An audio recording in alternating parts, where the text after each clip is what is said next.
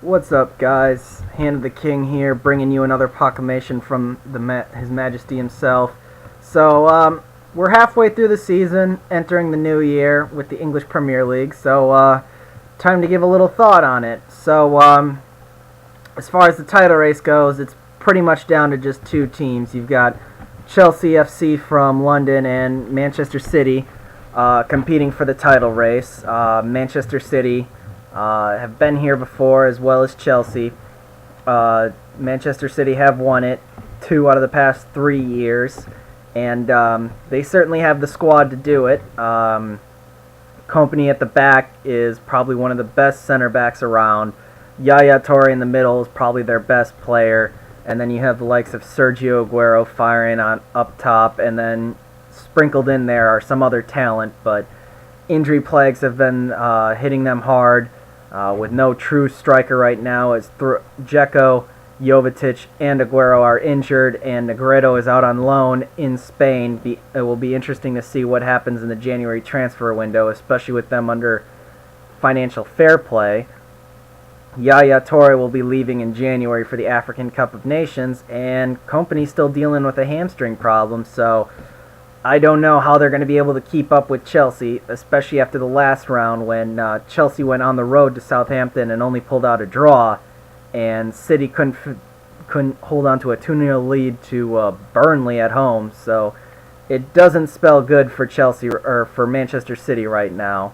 On the flip side of that, Chelsea, one of their biggest problems last year was finding people to score goals, and they certainly found that option with Diego Costa up front, and not only that, but they found someone who can get the ball and get it in dangerous situations with the likes of Fabregas in the middle. Matic holds down the defensive roles really well, and Chelsea already have a great back line there as well, with improvement in the goalkeeper situation, in my opinion. Somehow improving from Petr Cech with the likes of Courtois stepping in there. And then, second season with Oscar, Willian, Schürrle, and Eden Hazard. It's just going to click better for them. They're only getting better. They're getting more experience, and I just don't see any team catching Chelsea, and I don't think there is much that you can do in the January transfer window, any teams, to catch them. So, as much as I'd hate to say it, I think Chelsea are going to walk away with this one pretty easily.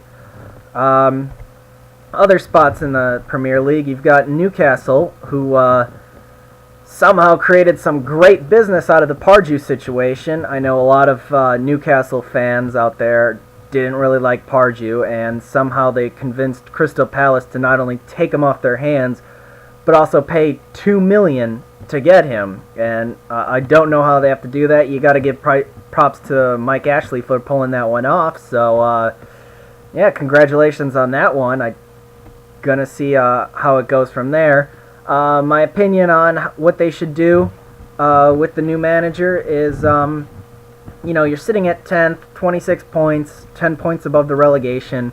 A lot of the typical names you see in the relegation battle are below you. You have to figure you probably won't be in a relegation battle, but you never know. So just look out for that. But I say you just get a manager who can guide your team through the rest of the season.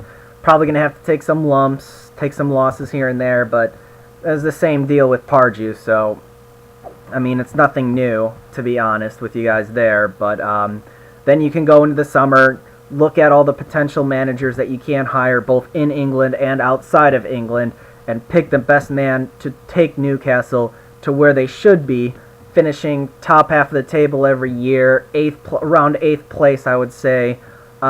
Maybe every other year making a quarter or semifinal in the cup, either League Cup or FA Cup, and then out of every 4 of your derby matches between Sunderland, you should be winning the 2 at home and drawing one of the 2 on the road, with Sunderland getting a win on 1 out of 4.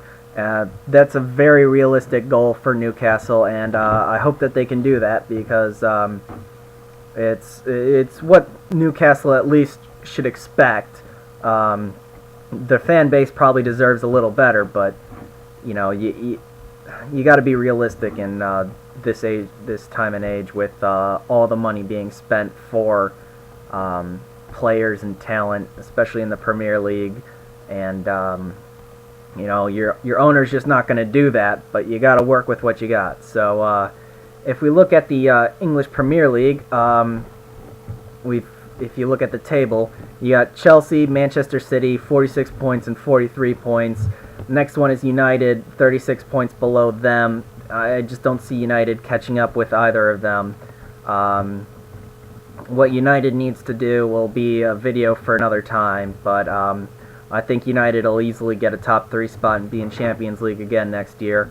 Southampton had a great first half of the season, but I mean, just like the summer, there's going to be someone just coming in there and just picking off their players, and I don't know how well they're going to hold up. Arsenal on 33 points as well, just below Southampton on goal differential. They're starting to grind out these dirty wins. 2-1 away to West Ham, 2-1 at home against QPR when you went down to 10 men after Giroud lost his head.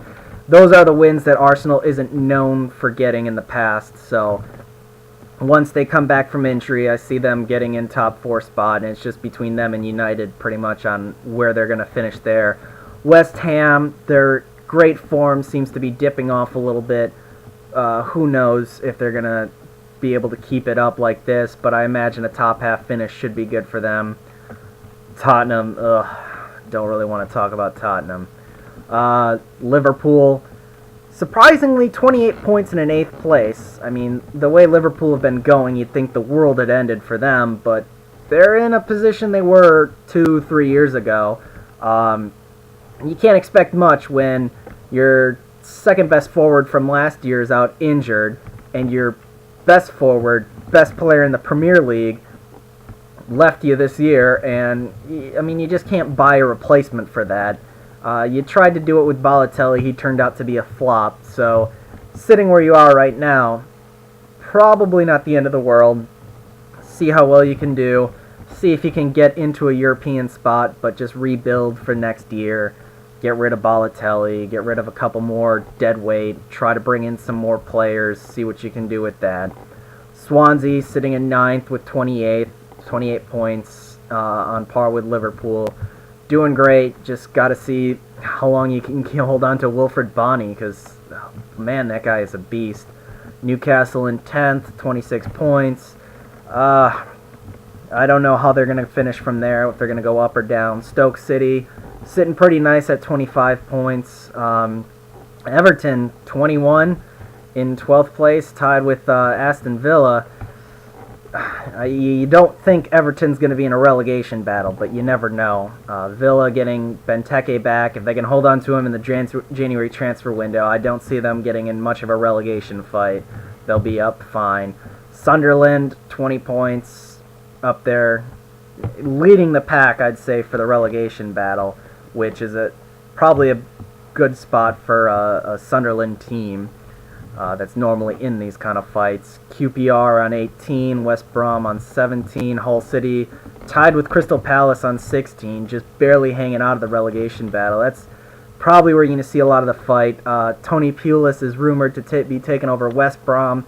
If that happens, I see their defense securing up, and I just don't see how they're going to get in that relegation battle. Hull City have way too much talent on their hands, and QPR with Harry Redknapp, and they still do have some talent there. I don't see them going down. I see Crystal Palace going down. I don't think Partey's going to make any difference to them, or enough of a difference. Burnley, I mean, you get some nice results here and there, but you just don't have a goal-scoring power. And Leicester with 13, just take away the fact that you beat United this year 5-3 in an exciting game, and that's probably the highlight for your season. But yeah, that's what the King wanted me to pass on, so hope you enjoyed the video. We'll see what the next one is. I know I promised a nerd rant on Pokemon, so we'll see when that comes out. But anyways, enjoy.